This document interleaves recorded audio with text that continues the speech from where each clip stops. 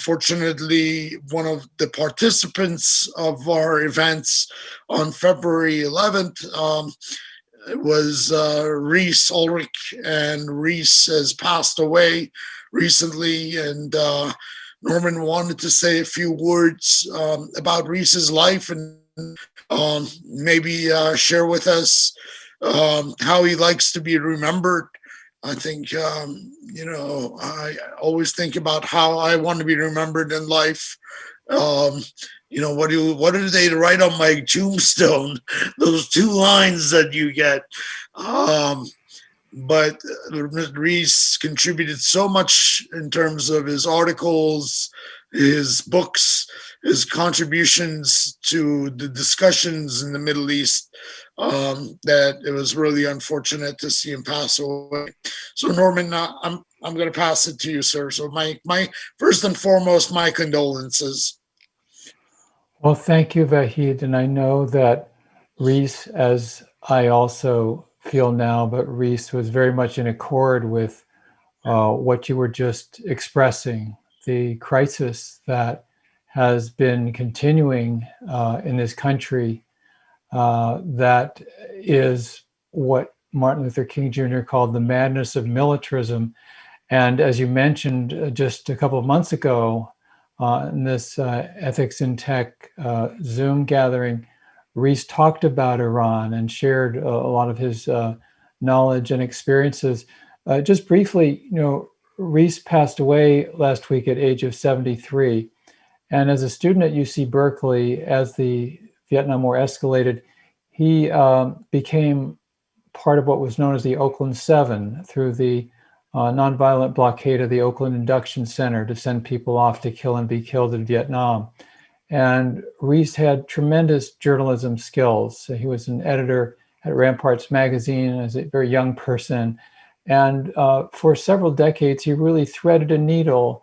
He brought to journalism what unfortunately is a very rare spirit and combination of perspectives and skills. The mainstream media in this country pretty much puts forward implicitly or explicitly the idea that if you're pro-war, you're objective. But if you're anti-war, you're biased. Reese never accepted that. He reported from more than 50 countries.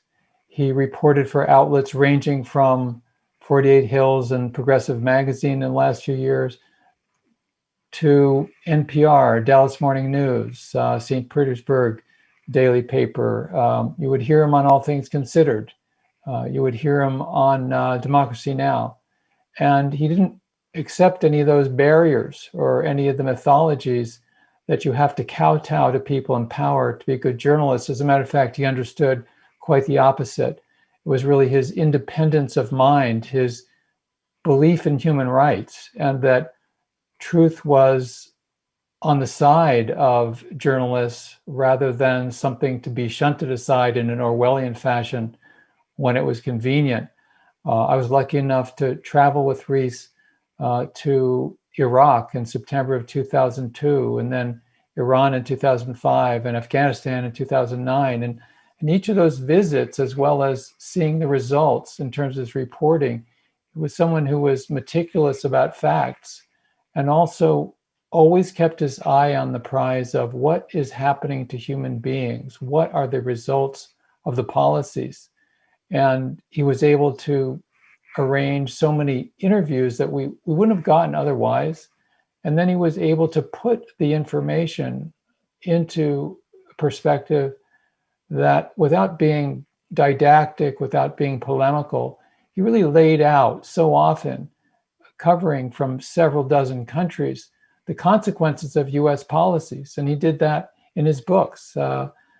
His book titled The Iran Agenda Today, still very, very relevant, came out in the last few years. The Iran Agenda Today is a book that Reese labored over to try to convey to people that is US foreign policy that has created such a conflict for so many decades now between Washington and Tehran.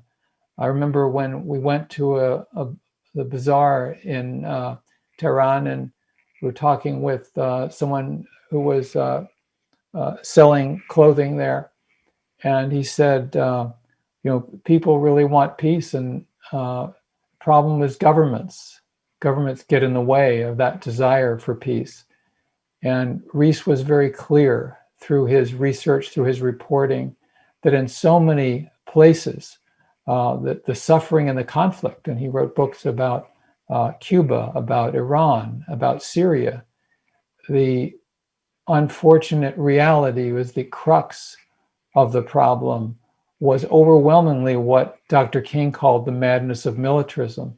Vahid, the out of control military spending that you're referring to, in search of enemies, as the former CIA agent John Stockwell described it, in search of enemies. Rees was never in search of enemies. He was in search of the commonality of human beings and the necessity for us to connect with each other. And I think I'll just close on this note that Rees was extraordinary in the ways in which he internationalized information for people in the United States. We're so siloed. The news media in the US just routinely puts a red, white, and blue lens on the world, and other countries become important, according to news media and US policymakers, to the extent they bend to the will of the United States government or don't. And I know back in February when Rees was on this gathering with us, he was really glad to do that. He was already struggling with cancer, as he had for many months. And like him, I really appreciate what Ethics in Tech is doing as an organization. And Rees Ehrlich Presente, we're going to carry it on. Thank you so much, Norman. He's sure going to be missed. I was recently introduced to his work. I've seen his articles many times, but I didn't know he had published 5 books, and you were a co-author of one with him. And I'm sure it was an exciting trip to go to Iran and be alongside Rees. If you ever make it back to Iran and I can travel there without having to be worried of repercussions, I would love to go with you. Me too. I'd love that. So thank you so much, Norman.